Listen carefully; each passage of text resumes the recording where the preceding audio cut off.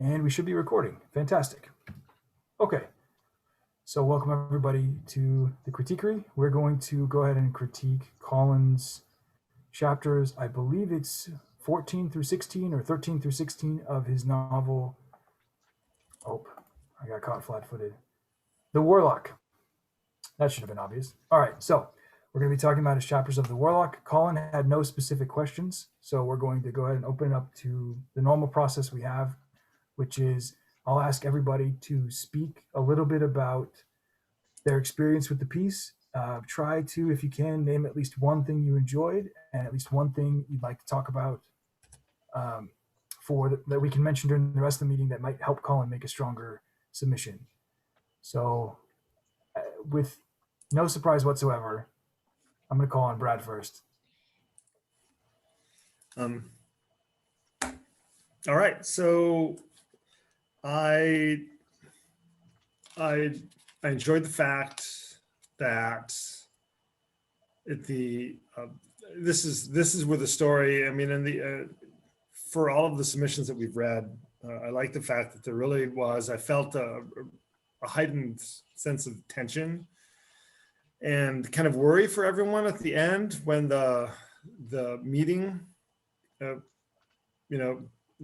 not only went south, but then people were essentially like raiding the church pantry, and that was the first time we really saw kind of the Warlock's actions affecting people in a real tangible way, and so that did get me kind of concerned, and I really started to feel some anxiety for the safety of the characters. And I liked the other thing I think I like or do like is the idea of Fernando, one of his struggles being with public speaking, and that's just it would be such a huge challenge for someone in his role, to lead a congregation. And so I think that's an excellent opportunity to create some real obstacles that he'd have to overcome to be able to do his job and to be successful at it. So I really like that. I knew he was doubting his position or his faith, but when he had the thoughts about not being comfortable public speaking, I thought that was a nice twist. And then I guess the thing I would talk about would be that generally, though, I still thought that there weren't as many obstacles as I think I would have liked at the beginning of this submission. It did seem to escalate at the end with the meeting. But it just, the first portion, where, well, I'm going to shut up there. Let somebody else go. That's over a minute, I'm sure. You did great, Brad. Thank you so very much. Eli, what were your thoughts? Try to give us at least one thing you liked and one thing you might want to discuss to help the author improve. Yeah, I like the mysteriousness of the Warlock. I feel like that has been, at least I've only read this section, but I like that there's a little bit of tension of trying to figure out who it is, and it kind of feels like it could be one of the characters we already know. And there was like a little hint that maybe it was Kaz or Kaz. And I liked that there was kind of a bit of a like subtle, or not subtle, small, I don't know, they're like subtle hints, not necessarily leading towards who it would be, but definitely towards suspicions and kind of leading us along that way. I definitely enjoyed that. I think I kind of echo Brad a little bit. I would just like a little bit more to happen. It felt like in the last chapter, it was nice to have the meeting and things escalated from there. But in the first few, it kind of felt like people were either talking about what had already happened or like planning for what was going to happen next, rather than things taking place. There are definitely points. There's like the little I guess scuff or something between the partners. I don't remember. It was at the pickup truck. I don't remember their names, unfortunately. But so there were little things, but I think I'd like more, especially like to do with the Warlock. I think I'd like a few more. bigger points to happen a little quicker, I guess. Thank you, Eli. Nichole, what were your thoughts? If you can give us something positive and something you'd like to talk more about. Okay, this is going to maybe sound like a little weird, but one of the things I really, really liked is the fact where in the very first page, it is a small village in Central Europe, exact location not specified. I really like that statement. I know that sounds really kind of weird, but I like the wondering of, not specified, and it kind of, that's something I really, really liked, and I would have enjoyed having, if this is your piece, if that's where you're wanting to go, and keep it not specified. Say it's not specified. I really liked that. I agree with Colin and Brad. I think it was Colin who spoke. Maybe it wasn't. Who said that Colin was the submitting author, so it was probably Eli who spoke. It's Eli. I'm sorry, I got confused for a second. I'm still a little brain fried. Thank you, Colin, for letting me be a dingbat for just 2 seconds. There was too much conversation for me in the pieces, and I felt that it needed to move more in that area, that they just kept talking, and it was just very, very repetitive of, oh, the Warlock, oh, this, and I really needed more words to just feel the fear they were feeling. I wanted to feel it, not be told. And I wanted it to move more out of that area. And what's he going to do next? Oh my gosh, this happened.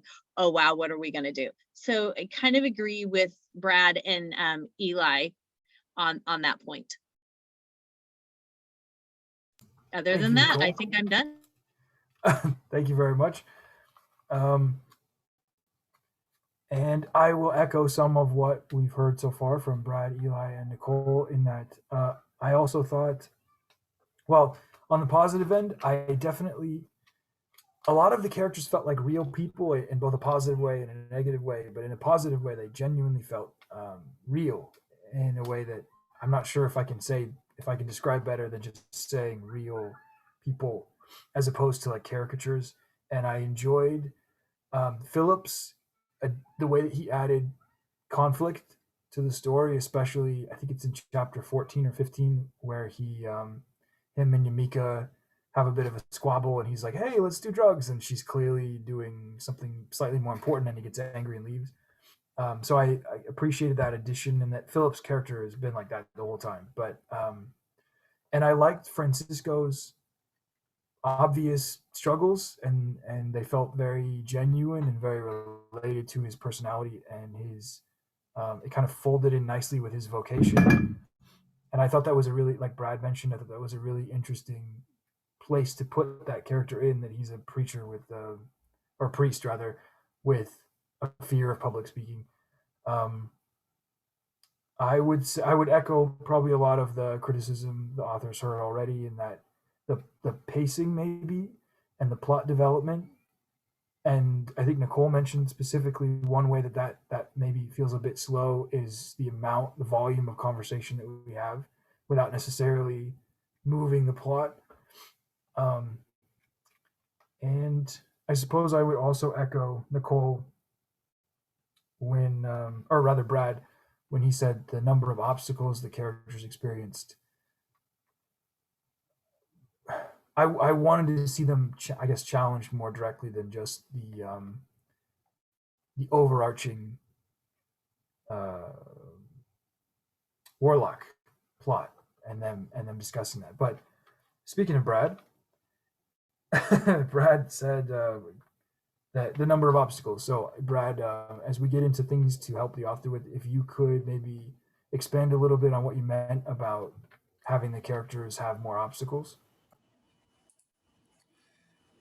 Yeah, I think so. I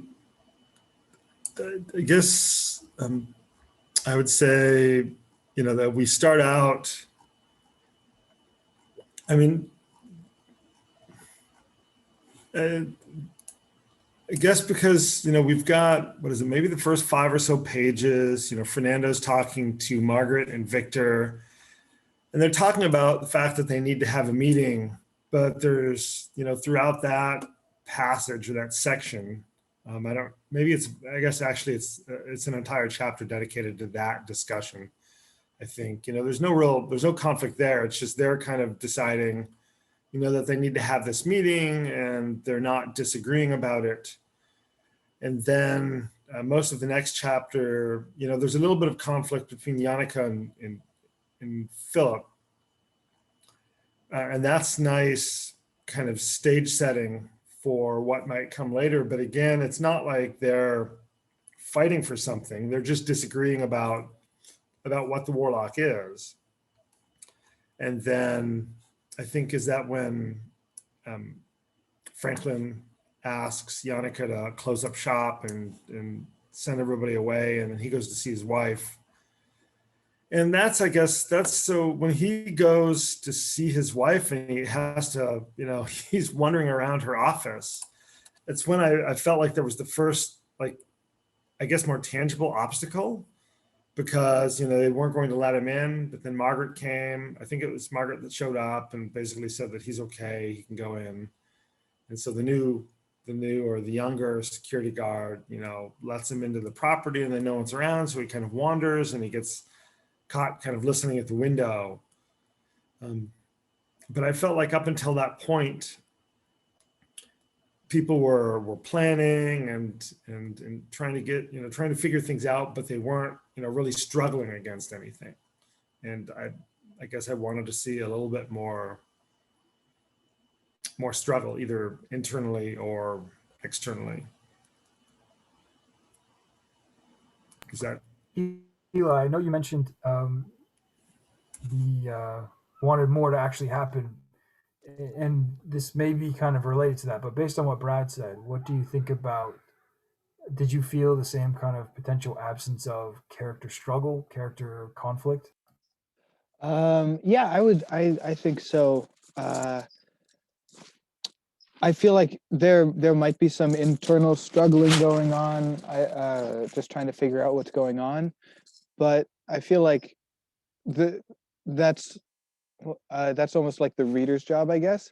And so we can see. I'd almost rather like to see the characters go just do it, and then we find out what they were planning by them doing those things. So I don't know if that really helps or not, but like what I guess if we're going to talk about like going to the company's headquarters, I think is what it was. But yeah, I would.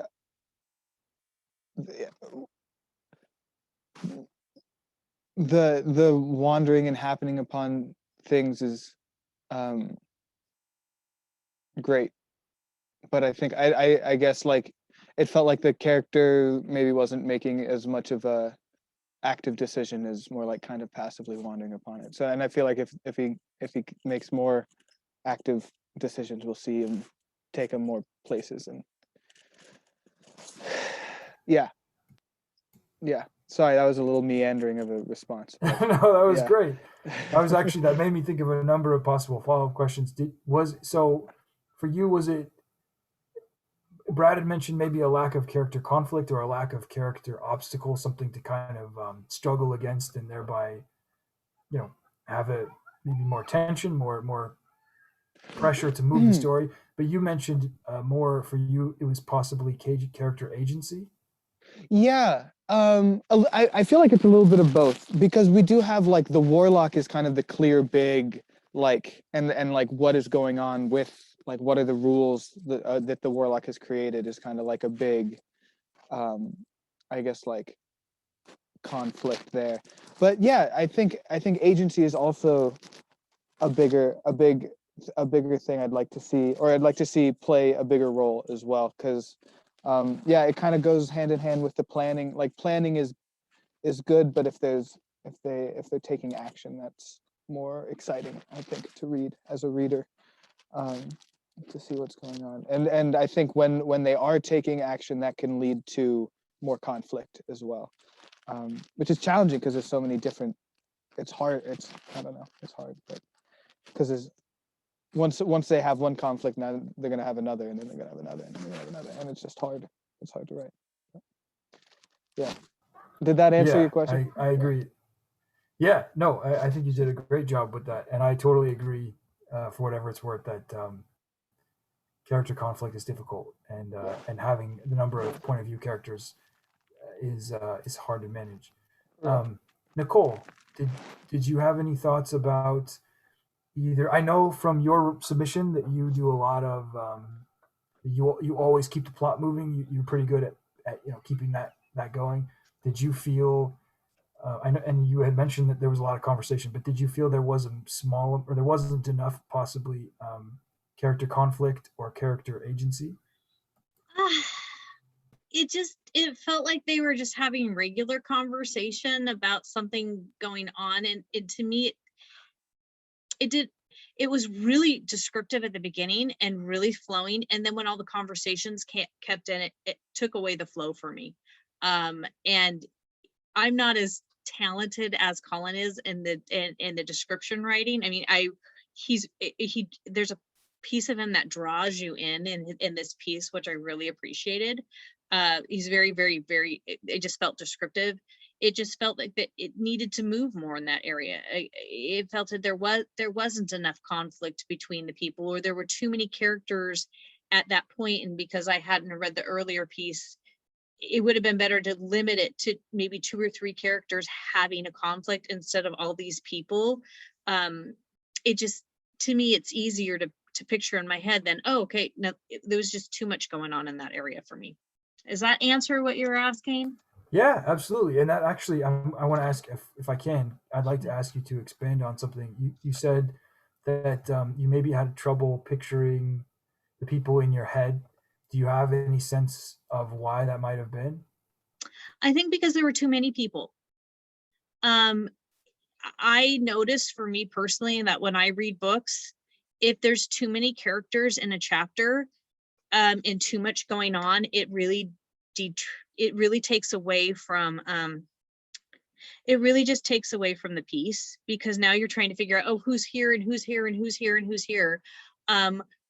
Or if it's going to be that kind of a thing, if there's a ... to break it up so that I know it's going to a different scene, that would be helpful. So I think the format of it either isn't working for me because you're not telling me things are moving to another area and there's more people coming in, or there's too many people coming in. And I think that's it. It's like having someone who is a mild extrovert join a room of a bunch, like a crowded people, when they're more of an extrovert that does a small party, and they're in this big room with all these people.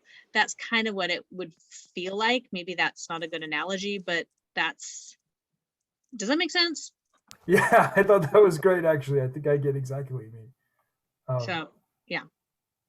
Eli, were you going to say anything? Yeah, I'd echo just that I kind of got lost in the names. I think the only ones that I was confused with were their 2 F names, and I think if they were different at the first letters, I think it would be a little easier to remember. But that was it. Yeah, just the names I got a little lost at one point too.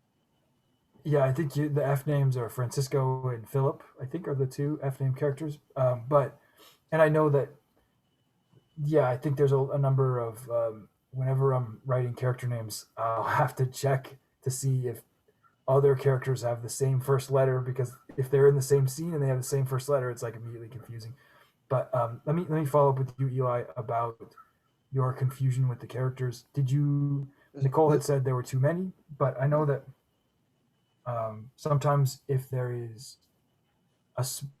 isn't enough distinction in the character's vocal patterns or speech patterns, because you can't hear them, but speech patterns, Right. or physical description, that can also cause a bit of confusion. And you had mentioned being maybe a little lost. Did you feel like there was enough difference in their dialogue or difference in their physical description that you were able to track them, or was it just a number? Oh. Okay, yeah, sorry, I thought something happened. Yeah, so there's also a Franklin. So I think there's 3 F names. There's Franklin's Cafe as well, along with Fernando and Philip. And I think that's kind of where I got lost, was Fernando and Franklin. I think, but I think there wasn't anything that was, I think that would probably be a big part of the problem. It is like middle of the, or not middle, but like we're into the teens of the chapter. So I assume these characters have already been described.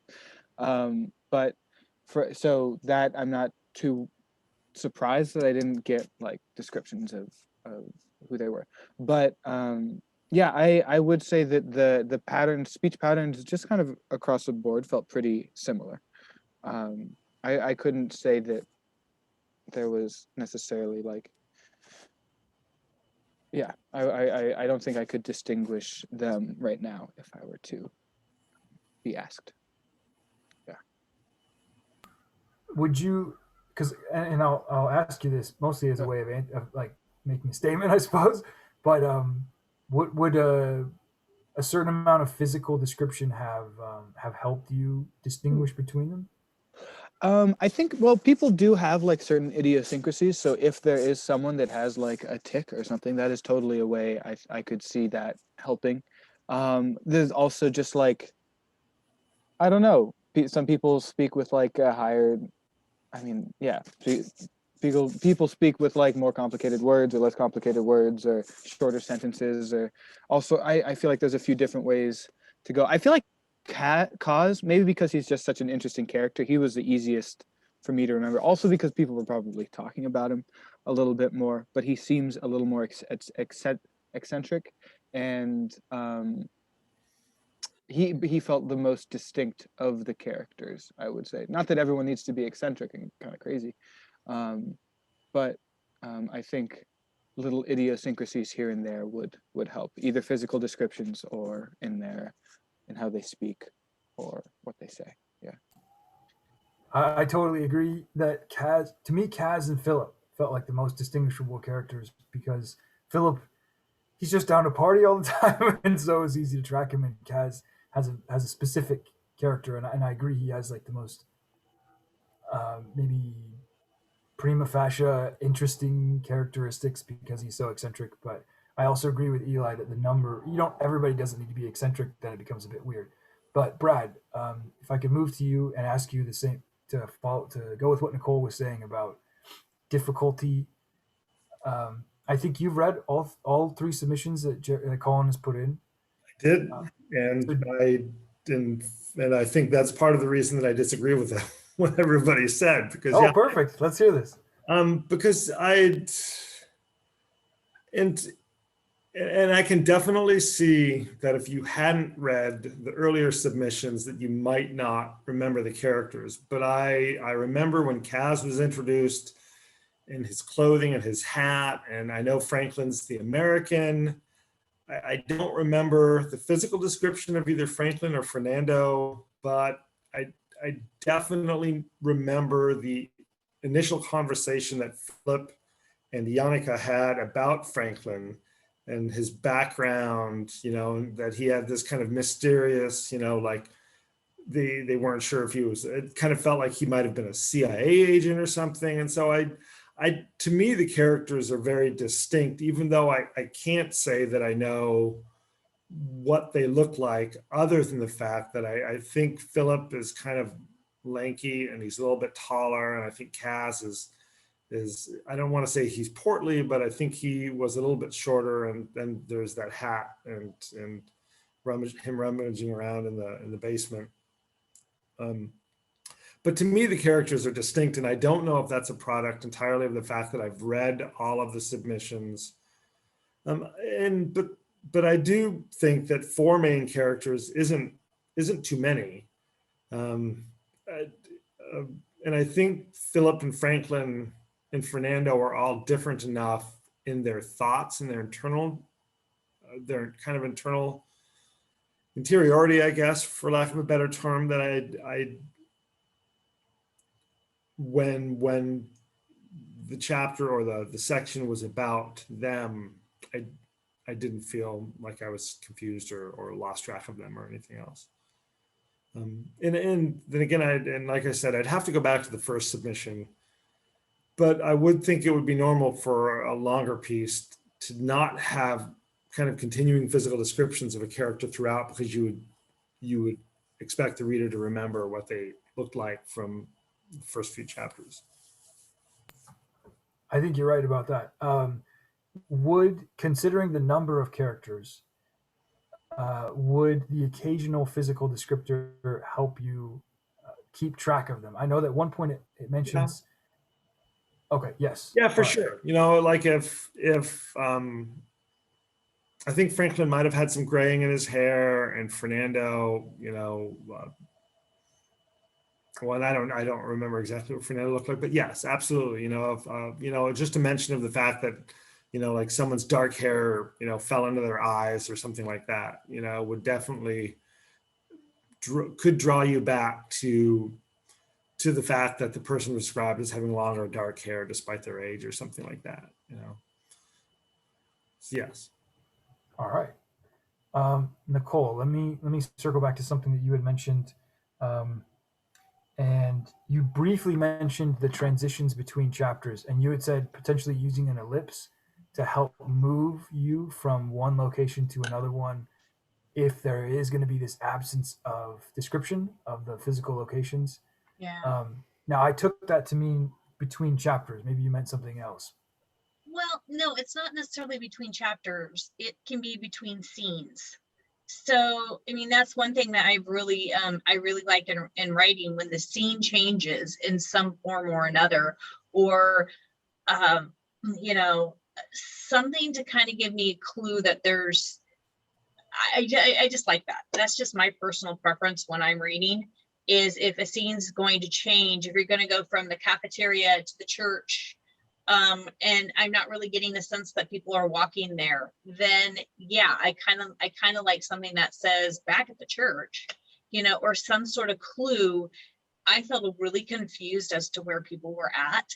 I think that was another thing. It was all Brad is right about the character description. If there's more description with the characters, it draws me in more, even if it's just something, but there should be something every single time. But that's kind of where I was just kind of lost as, were they in the church? Were they in the restaurant?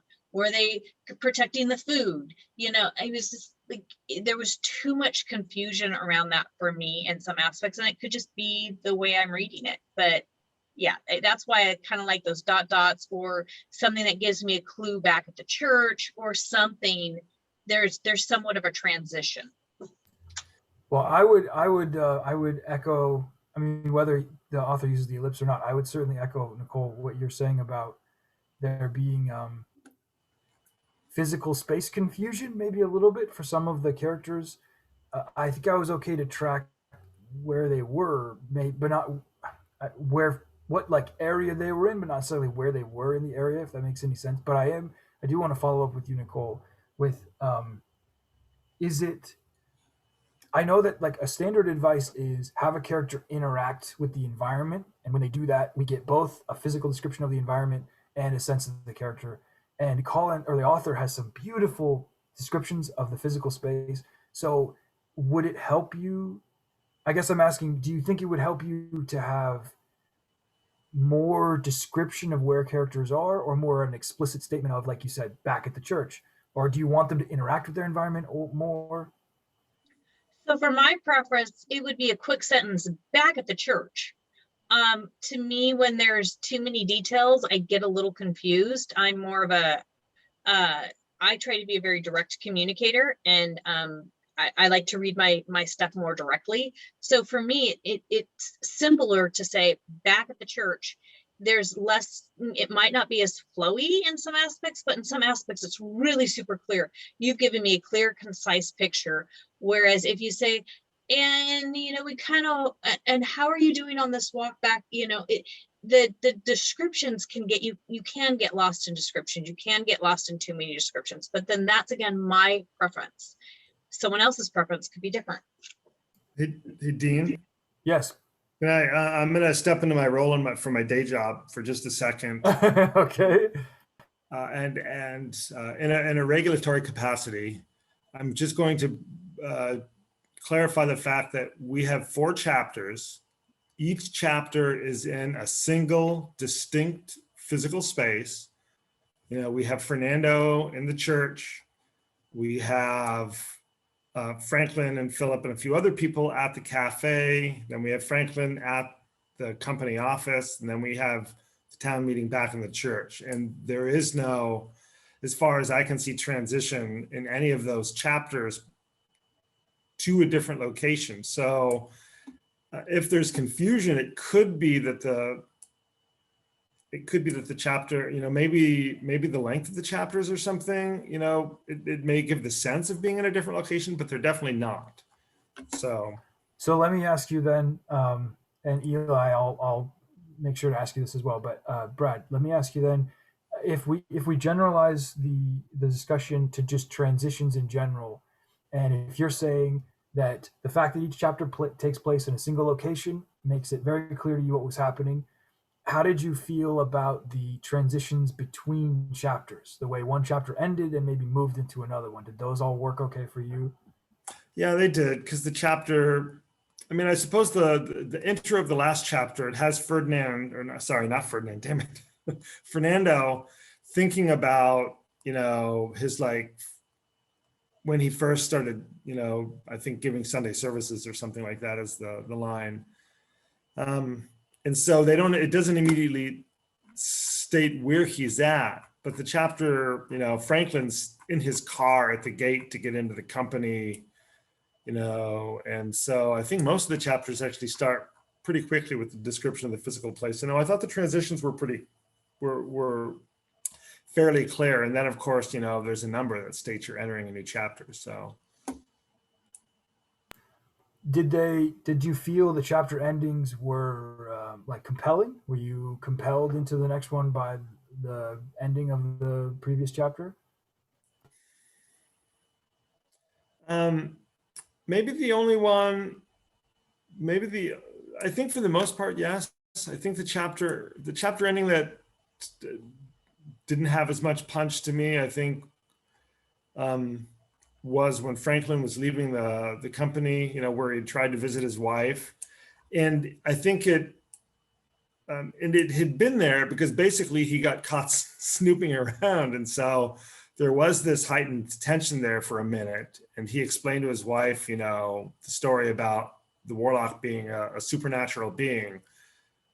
But then he's kind of let out by Margaret, who's a friend of his, or at least on friendly terms with him. And so, I guess if you really wanted to end that chapter in a dramatic sense, Franklin, could have almost been like escorted off the property or something like that. But then that also, considering his wife was the CEO or the head of the company, that seems like that would be contrary to common sense, maybe. I don't know.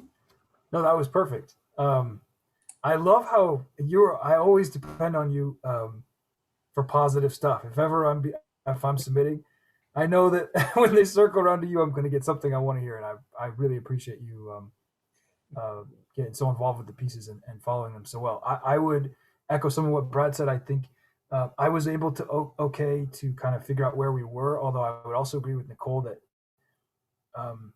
maybe not the transitions bothered me as much, but maybe the lack of, there's just a couple of places where there's such wonderfully clear descriptions. And I would also agree with Nichole that clarity is to me, maybe as a reader, is more valuable than beauty, which maybe you wouldn't be able to know from my own submissions. But I do think that that when I'm reading, that I want that clarity is to me superior maybe to beauty, but that there's some wonderfully clear physical descriptions, and I wanted more of them to help me figure out where I was in the space of the setting, even though I could tell where we were, just to know where the characters were and to just kind of get a better feel, I guess, for the environment, so I could kind of inject myself into it a little better.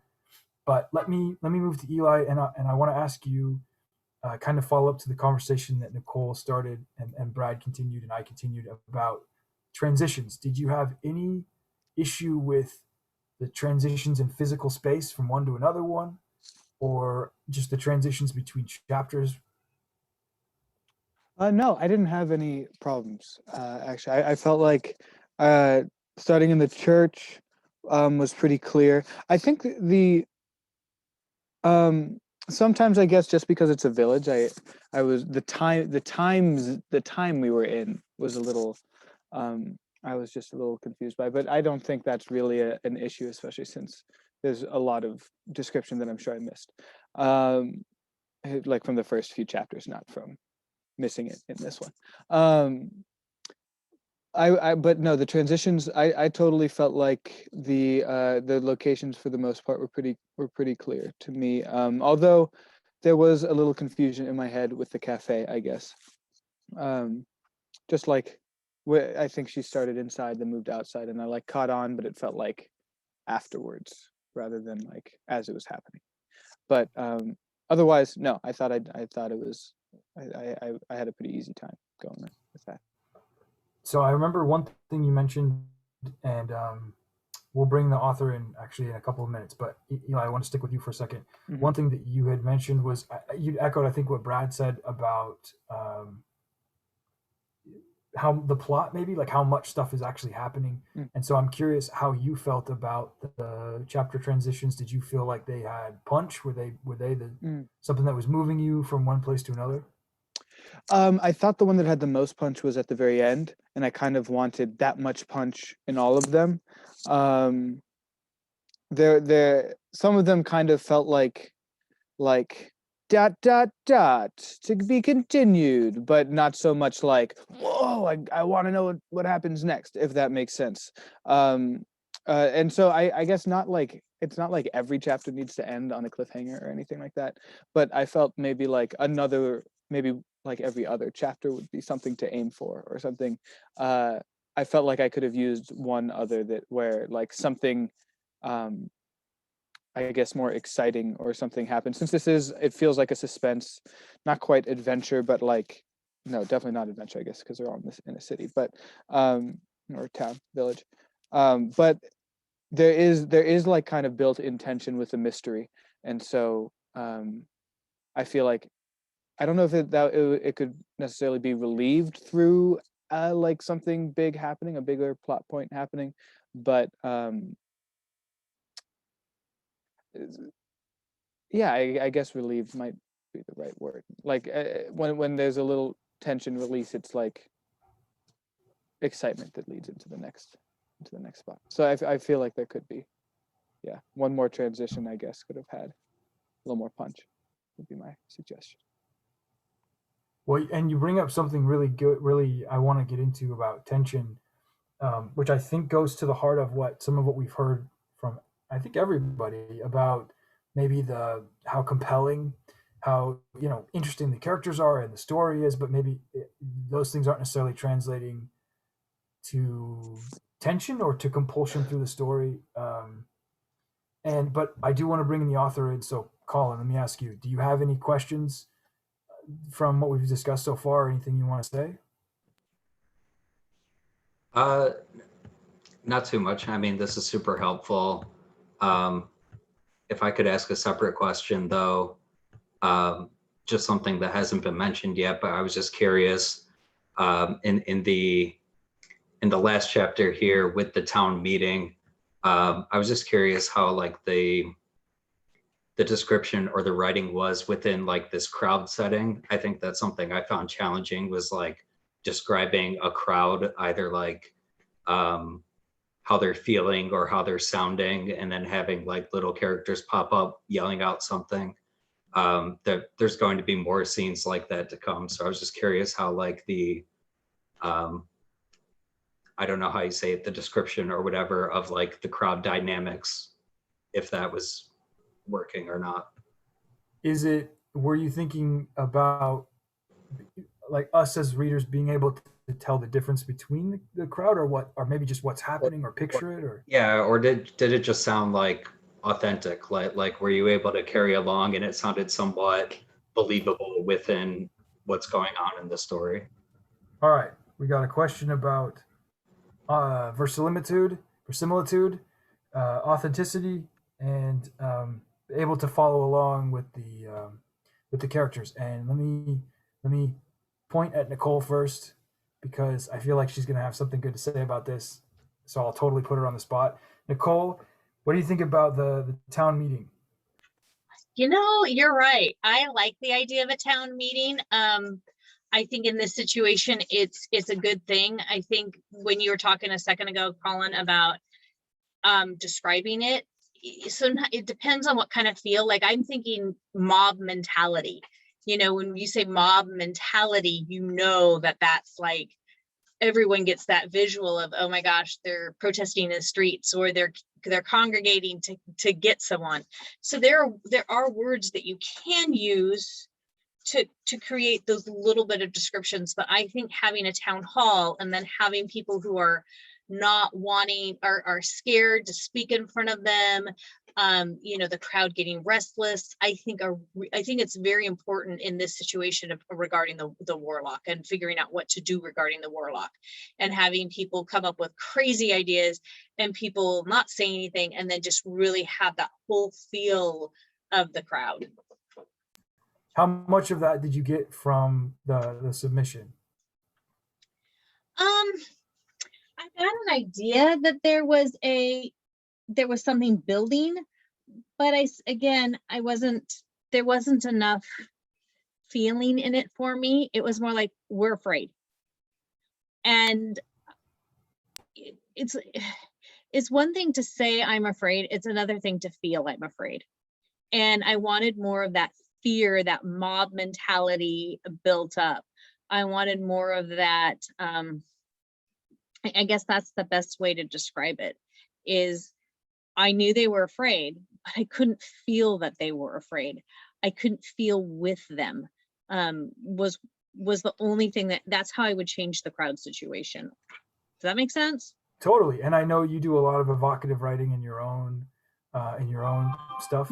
Sorry about Yeah. that. So let me ask you then another one of Colin's questions. Did it feel real to you? And I know you said that maybe you'd want to feel their tension, not, you know, showing more than telling, but from what you did learn, did it feel real? Did it feel like what real people might do in that real situation? Yes and no. I would say that yes, from a perspective of this would look like a regular type of book that would be published and wouldn't stand out to me. I think you could make it stand out. I think so. Like for an example, how to make something stand out. I remember one time I would let my dog out at 1 o'clock in the morning, no big deal. And then someone knocked on my window at 1 o'clock in the morning and scared me to the point where now I'm peeking out through my blinds every time I go outside. That fear, you could feel the fear the way I would describe it. Hey, my life was normal. You know, I just let my dog out to go potty. Now I had some drunk guy knock on my door at 1 o'clock in the morning, hide under a police car. Police are flashing lights in my face. I was so scared. I will never go outside at 1 o'clock in the morning again to let my dog out without making sure I'm safe first. So oh no. It's creating that kind of a picture with this mob. Even if you're taking the mob and separating them and individualizing, talking about, you know, the lady with the red hair was going, oh my gosh, this can't be happening. Oh my God, I really believe in the Antichrist. This is the Antichrist coming. Oh shit. And the other one's like, you know, what's the big deal? I need to get I can't get my alcohol. Oh my gosh, my alcohol is my biggest thing. So even breaking up the crowd and creating that panic, that fear, what each of one of them are dealing with, because we all have thoughts when we're in fear. Does that make more sense? Yes, actually, and I'm gonna swing this over to Brad, because I think I found you very clear. Brad, how do you feel about? Did you have a similar desire as Nichole for more of a Steven Spielberg-y kind of focused on the characters' emotions to get a sense of their fear in the moment? Well, we're talking specifically with the last chapter, and it's from that chapter is from Fernando's perspective, and he's definitely, we're constantly in his head. I mean, he's very worried that the meeting is getting away from him, that he feels himself kind of losing control of the crowd or losing control of the situation.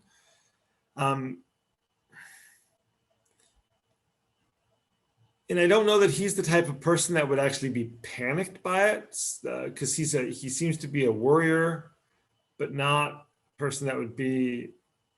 So I mean, it felt consistent with his character, and there was definitely a lot of his emotion coming through in that passage.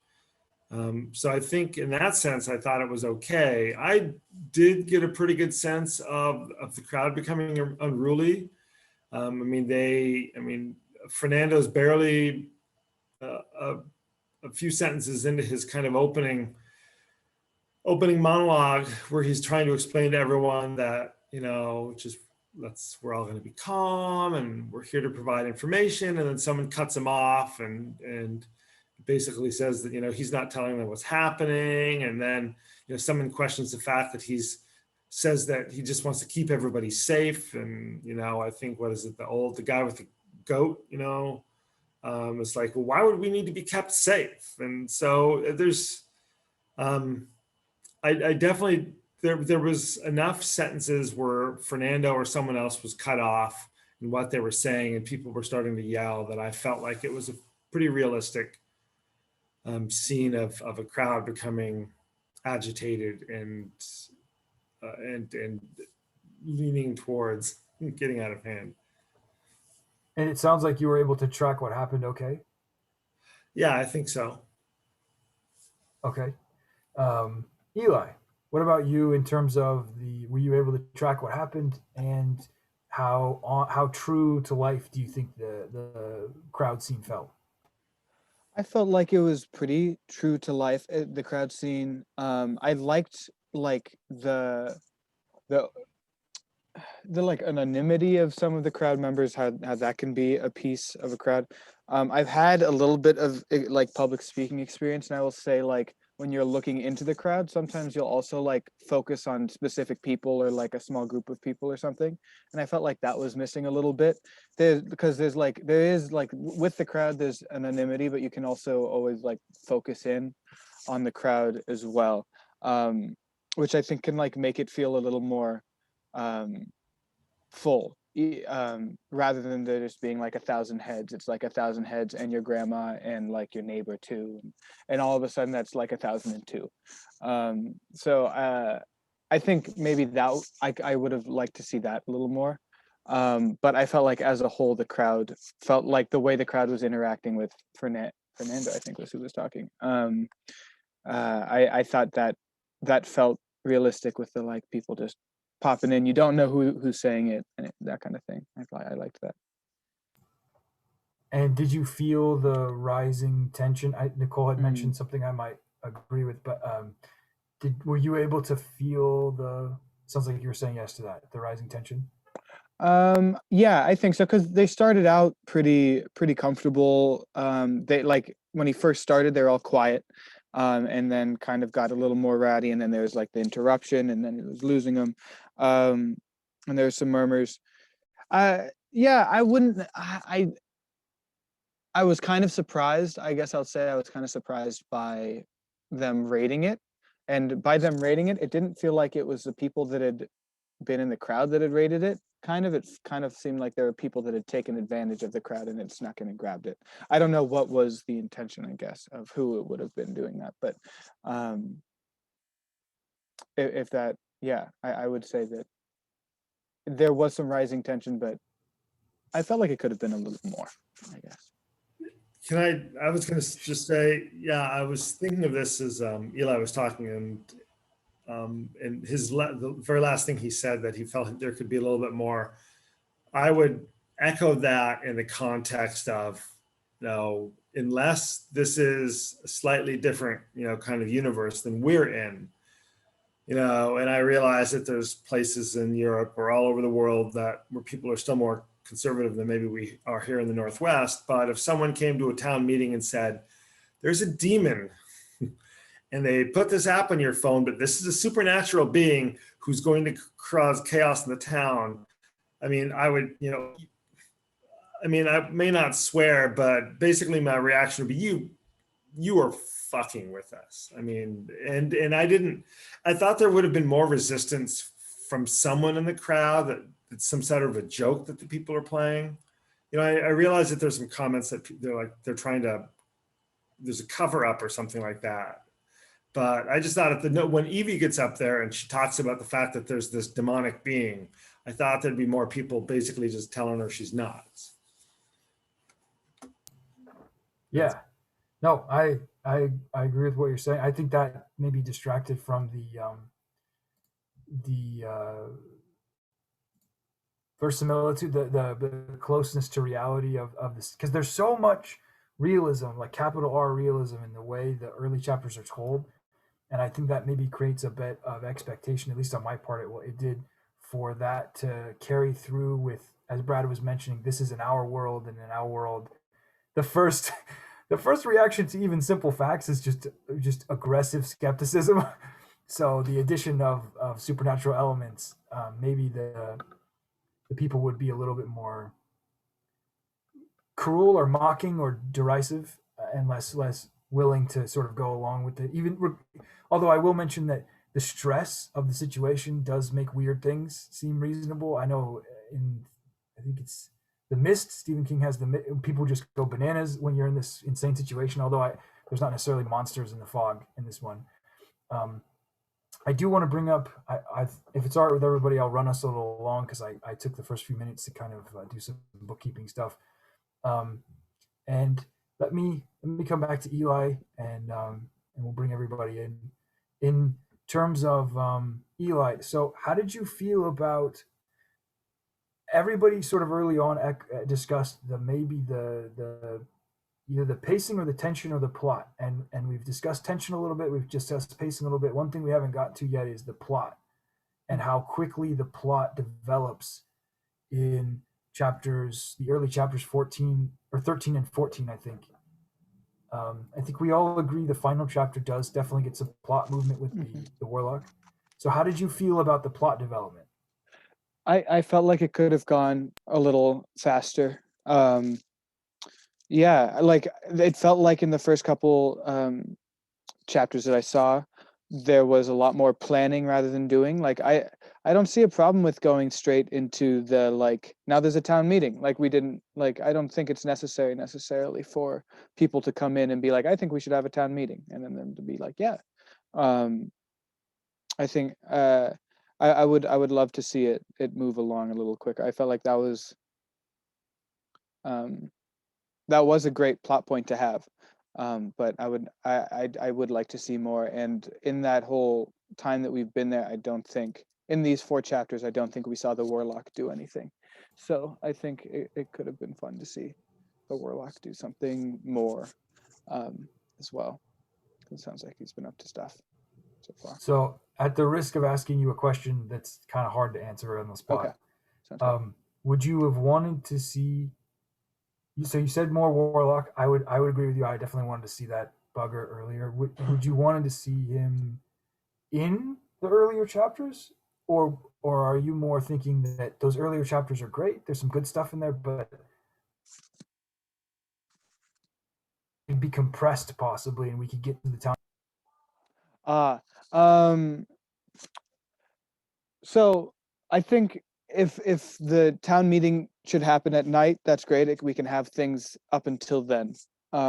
That's totally, I think the town meeting can really happen whenever, because it's probably going to have a pretty similar circumstance the whole time. It's going to be people in hysteria. I guess it might just be like varying degrees of, but I would like to see, like, before or after, whenever feels best. Yeah, I would love to see, like, the Warlock take action. I don't necessarily mean like see the Warlock take action, but just like something happens in regards to that kind of thickens the plot and gets some hearts racing or something along those lines, rather than discussion about who it might be, because I feel like we're kind of already wondering that, and I don't know if we necessarily right now need to see it played out with the characters as well. If that makes sense. No, that's great. And you brought up actually something Nichole had said earlier, just about the volume of conversation. And Nichole, if I can loop you in here, we discussed the amount of conversation, I think, a little bit, but in terms of how much it the conversation takes up versus the plot takes up. Would you also agree that you'd want to see the plot move faster? Yes. Yes, I got distracted by all the conversations. So I would probably either add more description and make the conversations a little more lively, or just cut back on the conversations. So that kind of gives you a playroom to, and neither is right or wrong. You could find another way of doing it, but those are the two ways that I see of doing it, is either add a few more like they sighed, or or something, or cut it down and get more to the point.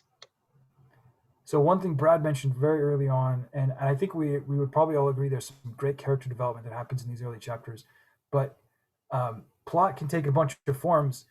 The fact that the characters aren't necessarily struggling against any specific obstacle in those early chapters, but they're instead sort of planning for the Warlock. If there was, and Nichole, I'm asking you here, if there was more obstacles for the characters, would that make it feel more plotty, or do you just need the Warlock? I think you could do both. I think that you could add a little bit of the spice where someone sees a dark shadow and they think it's the Warlock. I think that you could, it would really depend on how you want to go, how you want to frame it, but I think you could do either or. Yeah, I think you're right there. Brad, how did you feel about the plot? I mean, this is, I think, a point you brought up first. Do the early chapters feel super necessary to you as long as they are, and you just want to see more Warlock earlier, or do you think maybe they could be a little more compressed? Yeah, I definitely, I feel like they could be more compressed, that there's information that's either not necessary or maybe it repeats itself in a few places, and that I think I think naturally with revisions and just additional another draft or two, some of the kind of the sentences and some of the paragraphs will become a little bit tighter.